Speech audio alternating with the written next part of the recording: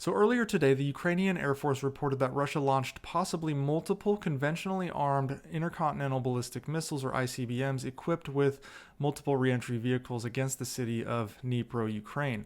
However, U.S. and other Western officials have disputed this claim, suggesting that the missiles that were used were not ICBMs, but rather medium-range or intermediate-range ballistic missiles. Now, the missile in question is believed to be the RS-26 Rubyezh, a Russian solid-fueled road-mobile missile with a range exceeding 5,500 kilometers, which classifies it as an ICBM according to Russia.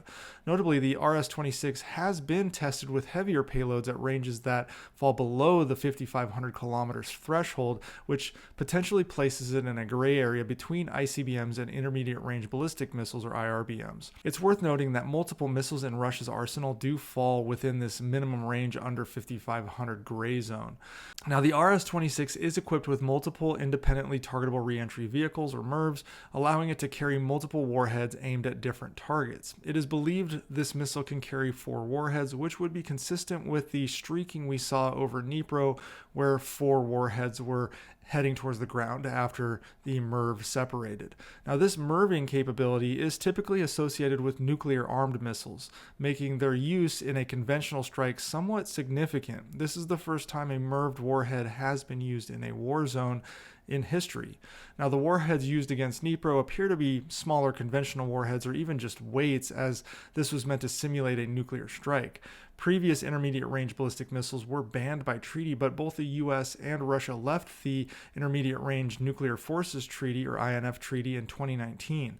This treaty banned ground-launched ballistic and cruise missiles with ranges between 500 and 5,500 kilometers. When the RS-26 was created in 2011, the Russians classified it as an ICBM, so they could argue it did not violate that treaty, despite the missile's capabilities overlapping those of intermediate-range ballistic missiles.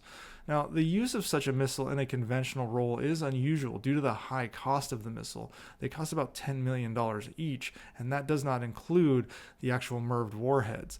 And they're relatively inaccurate compared to other options in Russia's arsenal. Furthermore, if this was an actual ICBM, did the Russians notify the US and the Chinese to tell them it was going to be a conventional launch as to not alert the US and Chinese early warning systems? They may not have. The US systems are sophisticated enough to produce a point of impact analysis, so the Russians may have relied on the US to understand that these missiles weren't headed our way and we weren't going to conduct a retaliatory strike, while also believing the Chinese would assume Russia was not attacking them either because they've been on friendly terms.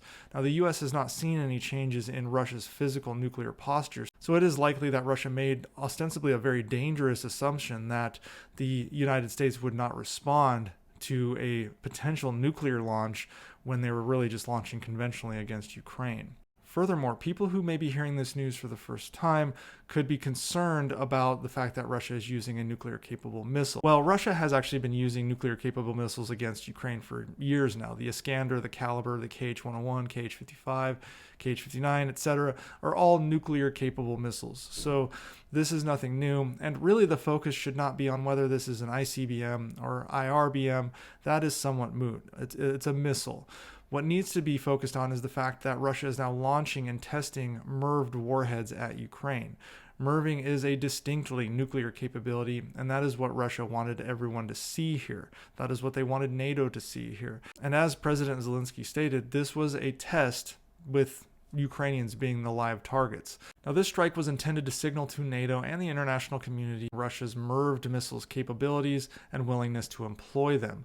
I said this yesterday or the day before that Russia's steps in their escalate to de-escalate strategy would lean on their nuclear forces. This is just the latest iteration for them in an attempt to scare NATO and the West into self-deterrence. This strike was not of any military value. It was purely for political and psychological purposes. It is the kind of signaling that you engage in when you can't, in fact, escalate the way you've been threatening. It really changed nothing on the ground for the Ukrainians. Missiles are still striking them, and the US, NATO, and the collective West should continue to respond by staying the course and continuing to supply Ukraine with what it needs and increasing pressure on the Kremlin.